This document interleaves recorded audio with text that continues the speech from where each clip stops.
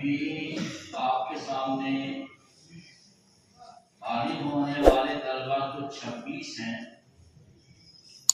سب سے حدیث پاک کا سننا بڑا مشکل تھا وقت کی تنگی کی وجہ سے، اس لیے صرف 3 طالب علم سے حدیث پاک کی تلاوت کروائی گئی. ان میں سے 2 طالب علم وہ ہے جنہوں نے پوری سند بیان کر دی ہے. یہ اس امت کے خصائص میں داخل ہے. یہ مذہب اسلام کی خصوصیت ہے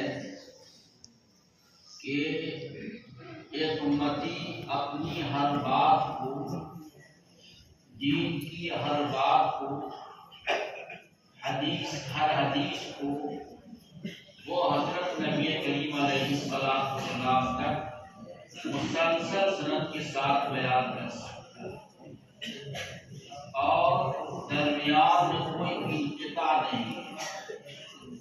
ایک آدمی چاہے گا وہ دیکھ سکتا ہے کہ ہر حدیث جب پڑھتے ہیں وہ منسوب ہے حضرت نبی کریم علیہ السلام سے، اور ہر ایک شاگرد اپنے استاد سے روایت نقل کرتے ہیں.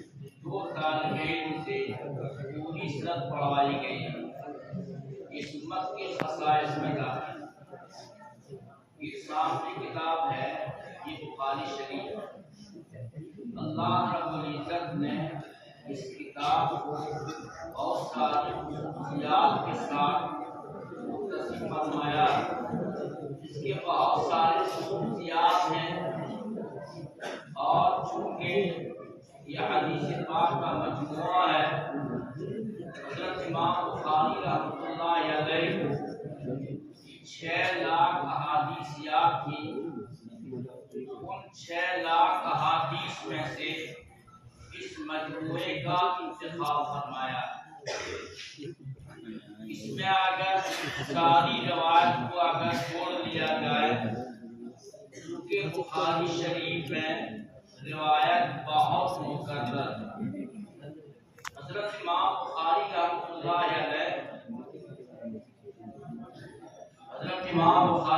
اللہ علیہ ایک حدیث سے بہت سارے مسائل کا استنباط کرتے ہیں، بہت سارے مسائل نکالتے ہیں تاکہ امت کو فائدہ ہو جائے. اس لیے کہ ہر آدمی کے بس کی بات نہیں ہے وہ حدیث سے مسائل نکال سکے.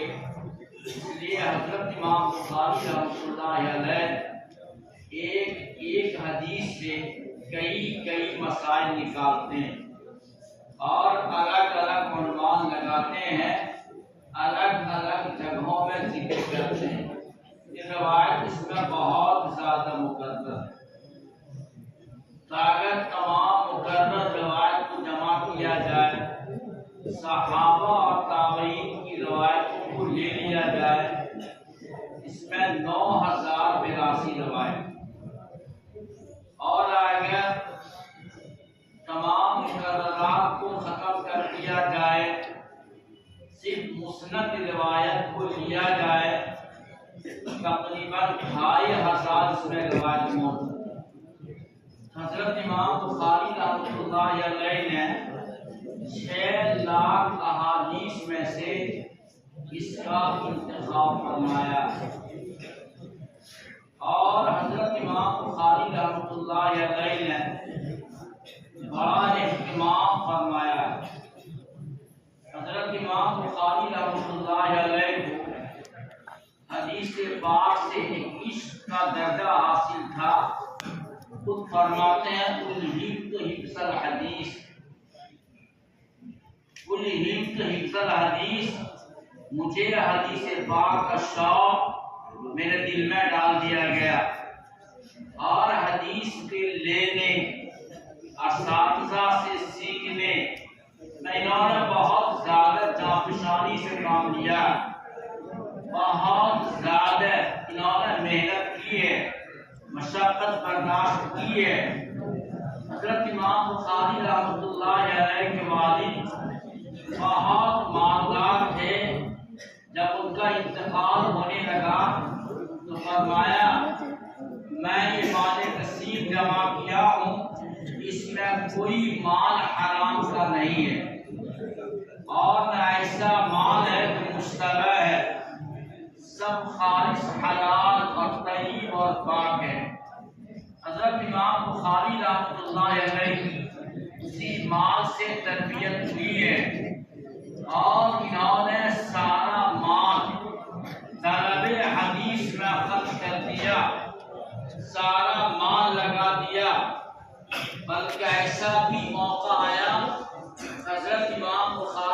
اللہ علیہ کا توشہ ختم ہو گیا اور کھانے کا سامان باقی نہیں رہا، حضرت امام بخاری رحمۃ اللہ علیہ پتے چبا چبا کر کے پیٹ کی بھوک کو دفع کیا کرتے تھے۔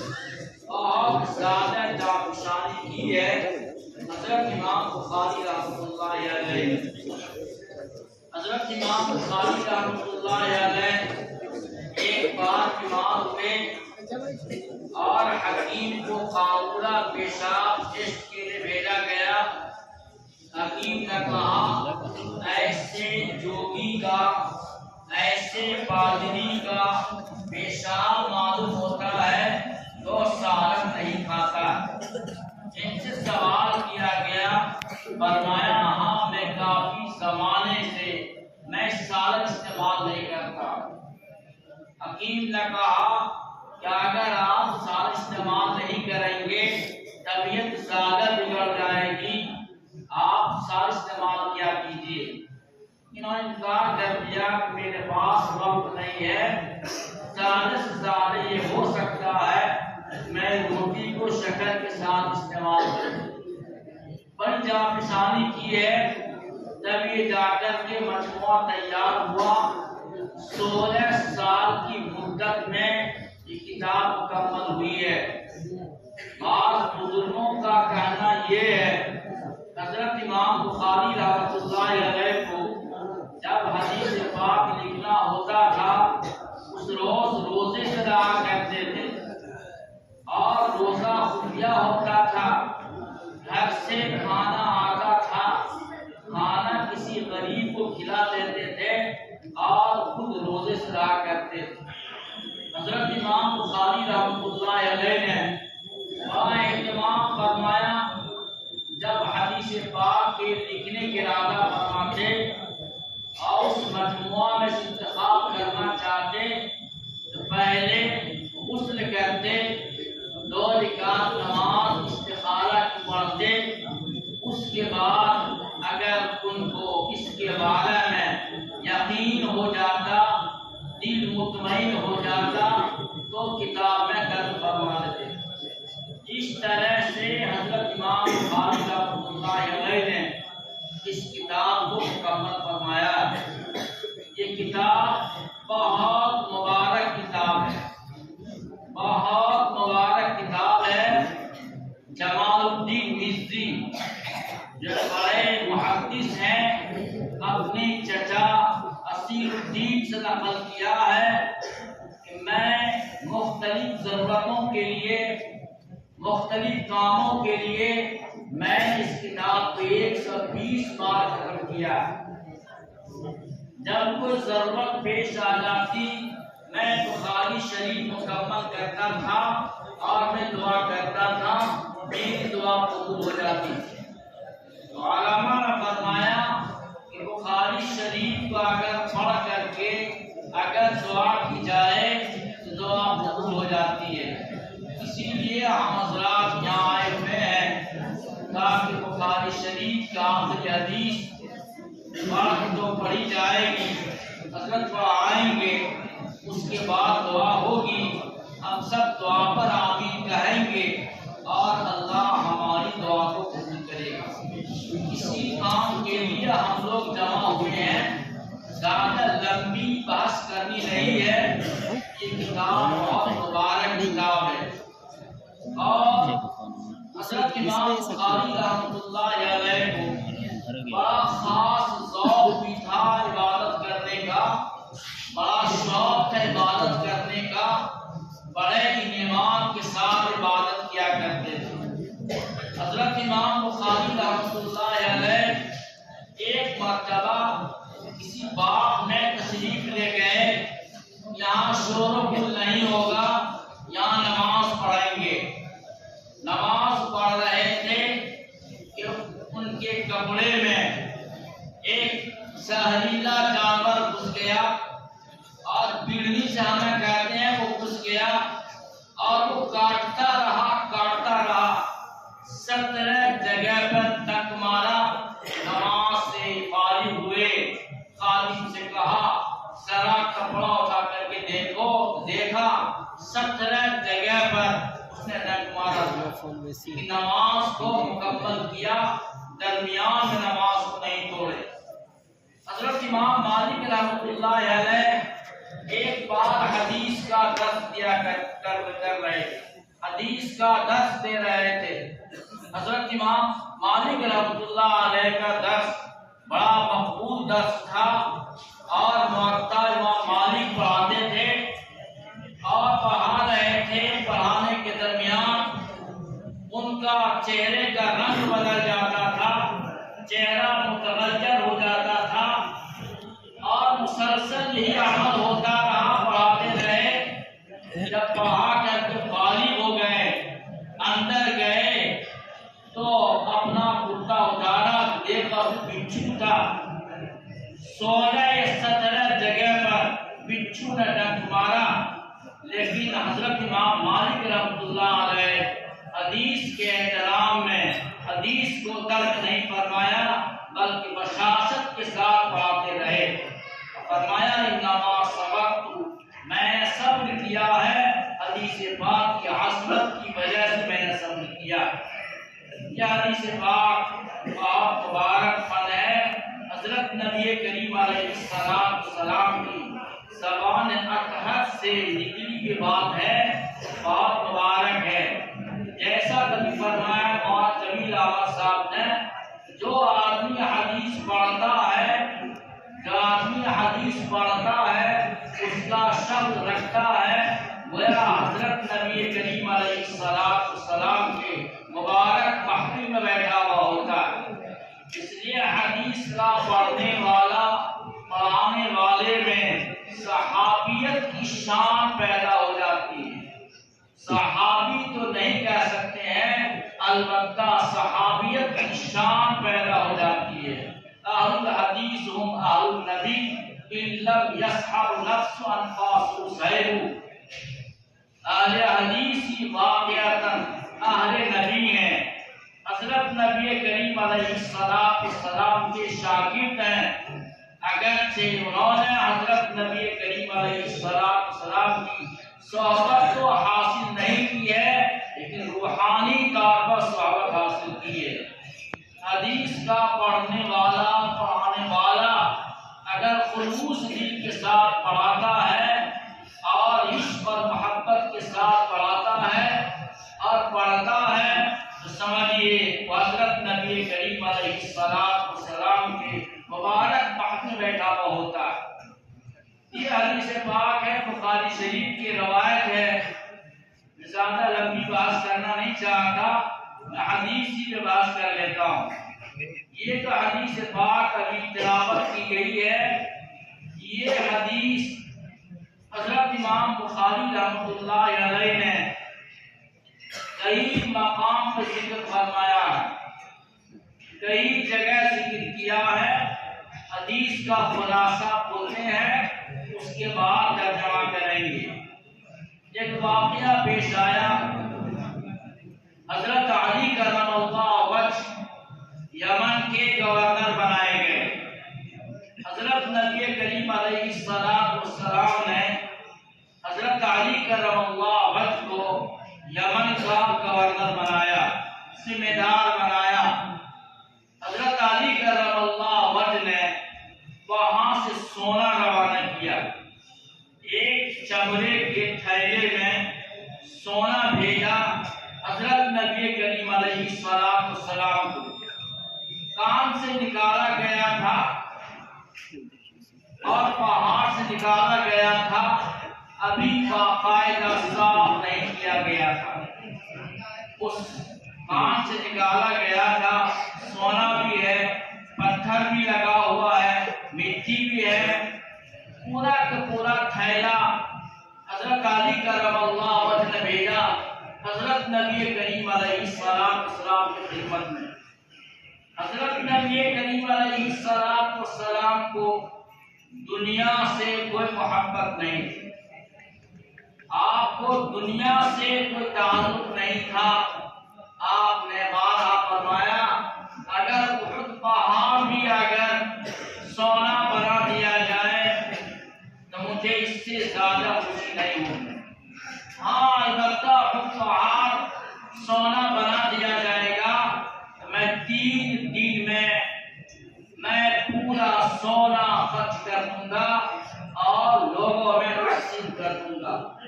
ہاں البتہ چند سونے کے سکے میں اپنے قرض کی ادائیگی کے لیے رکھ لوں گا۔ حضرت نبی کریم علیہ السلام کو دنیا سے کوئی تعلق نہیں تھا۔ سونا لایا گیا، چمڑے کے تھیلے میں ہے، بڑا تھیلا ہے۔ حضرت نبی کریم علیہ السلام نے اس سونے کو 4 آدمیوں کے درمیان تقسیم فرما دیا۔ 4 ایسے آدمی تھے جو زیادہ دیندار بھی نہیں تھے، زیادہ عبادت گزار بھی نہیں تھے، صحابی ہیں۔ آپ نے 4 آدمی کے درمیان سارا سونا تقسیم کر دیا۔ حضرت نبی کریم علیہ السلام مال کے تقسیم کرنے میں اس بات کا لحاظ فرماتے تھے کہ اگر مال دیا جائے گا اس کا دین محفوظ ہو جائے گا۔ بعض آدمی مال کے لالچی ہوتے ہیں، مال کے خواہش مند ہوتے ہیں، ایسے آدمی کو اگر مال دیا جائے گا اس کا دین محفوظ رہے گا، اور اگر مال نہیں دیا جائے گا تو ڈاماڈول ہو جائے گا، ہو سکتا ایمان سے نکل جائے۔ اس لیے حضرت نبی کریم علیہ السلام بڑے صحابی کو، اعلیٰ درجے کے صحابی کو، اونچے درجے کے صحابی کو آپ مال نہیں دیا کرتے تھے۔ آپ جانتے تھے مال دیں گے تو، نہیں دیں گے تو ہر حال میں اس کا ایمان محفوظ رہے گا۔ لیکن وہ آدمی جس کا ایمان کمزور ہے، اگر مال نہیں دیا جائے گا اس کا دل بدل جائے گا اور کفر کی طرف متوجہ ہو جائے گا۔ اس لیے حضرت نبی کریم علیہ السلام نے وہ پورا تھیلے میں سونا جو تھا 4 آدمی کے درمیان تقسیم کر دیا۔ ایک آدمی کو نہیں دیا جو خواہشرا نام کا تھا، اس کو آپ نے نہیں دیا، سخت برہم ہوا، ناراض ہو گیا۔ وہ آدمی آیا اور عرض کیا انصاف سے کام لیجیے یا رسول اللہ۔ کس سے کہہ رہا ہے؟ حضرت نبی کریم علیہ السلام سے کہہ رہا ہے انصاف کیجیے۔ آپ دنیا میں تشریف لائے ہیں انصاف کو پھیلانے کے لیے، اور وہ انصاف کی دعوت دے رہا حضرت نبی کریم علیہ السلام۔ آپ نے فرمایا کہ اگر میں انصاف نہ کروں گا تو تم سارے کے سارے خسارے میں پڑ جاؤ گے، گھاٹے میں پڑ جاؤ گے۔ اللہ کو مجھ پر اطمینان رکھتا ہے، اللہ مجھے امین سمجھتا ہے، تو تم مجھے امین نہیں سمجھتے ہو۔ اللہ نے مجھے امین گردانا، امین سمجھا، ذمہ داری دی، اور تم مجھے امین نہیں سمجھتے ہو۔ صاحب نے عرض کیا یا رسول اللہ آپ اجازت دے دیجیے، میں اس کو ابھی قتل کر دیتا ہوں، کافر ہے۔ فرمایا حضرت نبی کریم علیہ السلام نے قتل مت کیا۔ اور یہ آدمی جو آیا تھا، حدیث میں اس کا چہرہ، شکل و شباب ذکر کیا گیا، کہا گیا ایسا آدمی تھا اس کے پیشانی کا گوشت اگڑا ہوا تھا، آنکھ اندر کو گھسی ہوئی تھی، رخسار اس کا اونچا تھا، کھلا ہوا تھا، داڑھی گھنی تھی۔ ایسا آدمی آ کر کہتا ہے، اور اس کا کپڑا پنڈلی سے اوپر تھا۔ آپ سمجھیے کہ بظاہر دینداری کے اعتبار سے اعلیٰ درجے کا معلوم ہو رہا ہے، لیکن اعتراض کتنا بڑا کیا، انصاف سے کام لیجیے یا رسول اللہ۔ صحابہ کو غصہ آیا، آپ چاہتے تھے قتل کر دیں، آپ نے منع کر دیا، تو قتل مت کرو۔ کیوں؟ ایک بڑا فتنے کا سربراہ ہے یہ آدمی، ایک بڑے فتنے کا سربراہ ہے یہ آدمی، اس کے نسل میں قوم پیدا ہوگی جو بظاہر قرآن کو بہت اچھی طریقے سے تلاوت کرے گی، اتنا شاندار قرآن کریم کوئی پڑھے گی تم سمجھو گے کہ شاندار قاری قرآن ہے۔ نماز شاندار پڑھے گا اور نماز کثرت کے ساتھ پڑھے گا اور اتنا زیادہ نماز پڑھے گا کہ تم اپنی نماز کو ان کی نماز کے مقابلے میں حقیر سمجھو گے۔ روزہ بکثرت رکھے گا، روزہ بہت رکھے گا، اتنا روزہ رکھے گا کہ تم اپنے روزے کو اس کے مقابلے میں حقیر سمجھو گے۔ قرآن کو شاندار پڑھے گا، قرآن کو چھیل چھیل کے پڑھے گا، قرآن شاندار پڑھے گا، لیکن اس کا پڑھنا مقصود نہیں، اس کا قرآن کا پڑھنا اس کے دل میں نہیں اترے گا، بلکہ زبان زبان پہ قرآن پاک ہوگا اور ہر بات میں قرآن کا حوالہ دے گا، ہر بات میں حدیث کا حوالہ دے گا، قرآن و حدیث کی بات ہمیشہ کرے گا، لیکن اس کا دین سے کوئی تعلق نہیں ہوگا۔ آپ نے مثال دے کے سمجھایا کہ بسا اوقات شکار کرنے والا شکار پر تیر چلاتا ہے اور زور سے تیر مارتا ہے، وہ تیر باہر نکل جاتی ہے، شکار کے اندر سے تیر باہر نکل جاتی ہے، لیکن تیر کے اندر خون کا کوئی دھبا بھی نہیں ہوتا۔ یہی حال اس کا بھی ہوگا، اسلام سے نکل جائے گا، اسلام سے کوئی تعلق نہیں ہوگا اس کو، اور اسلام کا یہ ایسا آدمی ہوگا کہ جب یہ اس کے مزاج کے خلاف اگر کوئی مسلمان بات کرے گا اس کو قتل کر دے گا، اور کافروں کو بت پرستوں کو یہ چھیڑے گا بھی نہیں، اسے کوئی چھیڑ چھاڑ نہیں کرے گا اور مسلمانوں کو قتل کرے گا۔ یہ وہ جماعت کا سربراہ ہے۔ اور علماء نے بیان کیا، حدیث میں ہے، حضرت ابو سعید خدری رضی اللہ تعالی بیان فرماتے ہیں کہ یہ خوارج کی جماعت ہے جو ابتدا میں حضرت علی کرم اللہ وجہ کے ساتھ تھی، بعد میں حضرت علی کرم اللہ وجہ کی مخالفت کرنے لگا۔ حضرت علی کرم اللہ جانتا ہے کون ہے؟ جن کے بارے میں آتا ہے کہ بچوں میں سب سے پہلے اسلام لانے والے ہیں حضرت علی کرم اللہ وجہ۔ یہ گروہ، یہ خوارج حضرت علی کرم اللہ وجہ کو کافر کر ڈالتا ہے، حضرت علی کرم اللہ وجہ کو کافر کر ڈالتا ہے۔ صحابہ اور مسلمانوں نے حضرت علی کرم اللہ وجہ کو پہلا مسلمان کر ڈالا اور یہ پہلا کافر قرار دیتا ہے، اور اس کو سمجھانے کی بہت کوشش کی گئی، لیکن سمجھا نہیں، مانا نہیں، مقابلے کیا گیا۔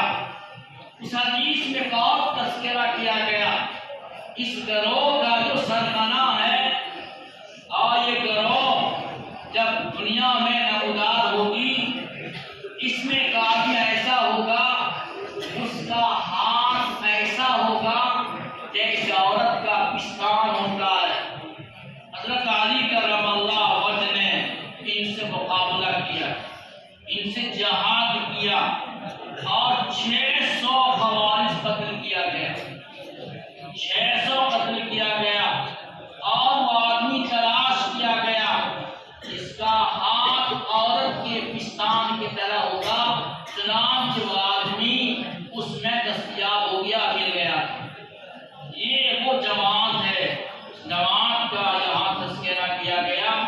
حضرت امام بخاری رحمۃ اللہ علیہ نے اس حدیث کو کئی مقامات پر ذکر کیا ہے، میں نے خلاصہ ذکر کیا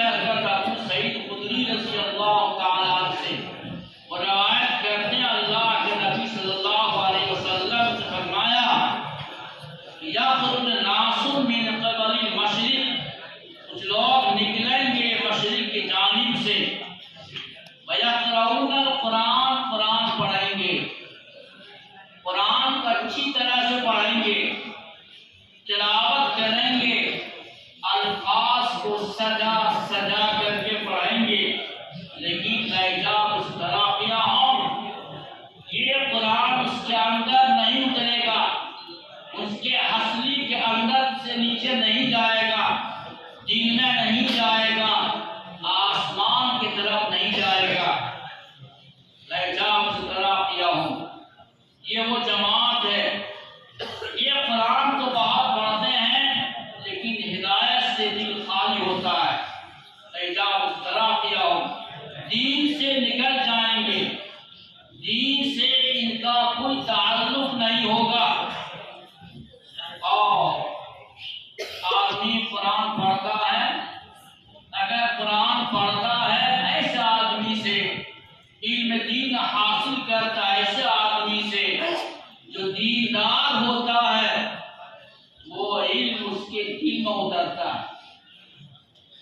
اور اگر آدمی قرآن و حدیث کو ایسے آدمی سے پڑھتا ہے جو غیر دیندار ہوتا ہے، وہ علم و حدیث و قرآن دل میں نہیں کرتا۔ زبان کے اوپر قرآن ہوگا، زبان کے اوپر حدیث ہوگی، لیکن دل ہدایت سے خالی ہوگا۔ اس لیے بیان کیا گیا، فرمایا حضرت نبی کریم علیہ السلام نے علامات قیامت میں سے ہے، علامات قیامت میں سے ہے کہ انسان علم کو چھوٹوں سے حاصل کرے۔ جب تک علم بڑے سے، بڑے علماء سے جب تک علم حاصل کیا جاتا رہا، علم کا اثرات دنیا میں پھیلتا رہا۔ اور جب گوگل کے اوپر، موبائل کے اوپر چھوٹوں کے ذریعے سے جب علم حاصل کیا جانے لگا، وہ علم زبان تک باقی رہ گیا اور وہ علم دل میں نہیں اترا۔ ایک ہے انسان کا حدیث کا حوالہ دینا، حدیث کا تذکرہ کرنا اپنے عمل کرنے کے لیے بہت مفید بات ہے، لیکن اگر آدمی خود حدیث پر عمل نہیں کرتا ہے اور قرآن و حدیث کا حوالہ دیتا ہے، یہ خوارج کی علامت ہے۔ خود عمل نہیں کر رہا ہے، قوم کے سامنے حدیث بیان کرتا ہے، یہ علامت اس بات کی ہے جس کے دل میں ہدایت موجود نہیں۔ اس لیے آپ جب بھی کوئی مسئلہ دریافت کرنا ہو، دین کی کوئی بات سیکھنی ہو، تو بڑے علماء سے آپ پوچھ کر کے آپ دین سیکھیے، عمل کیجیے۔ اگر آپ اس طرح کریں گے تو آپ کا دل علم کے نور سے معمور ہو جائے گا۔ اس لیے اس حدیث میں ہمیں یہ سبق دیا گیا ہے کہ آپ بڑے علماء سے، اچھے علماء سے دین کی بات حاصل کریں تو اللہ آپ کو عمل کرنے کی توفیق دے گا۔ اور اگر آپ نے ایسے آدمی سے، یہود و نصارہ سے، گوگل کے ذریعے سے اگر آپ علم حاصل کریں گے، بجائے دل میں نور پیدا ہونے کے، دل میں تاریکی پیدا ہو۔ ابن سیرین بڑے محدث ہیں، وہ بیٹھے ہوئے ہیں، ایک آدمی آ گیا، ایک آدمی آ جاتا ہے، دیکھتے ہیں کہ کان میں انگلی ڈال دیتے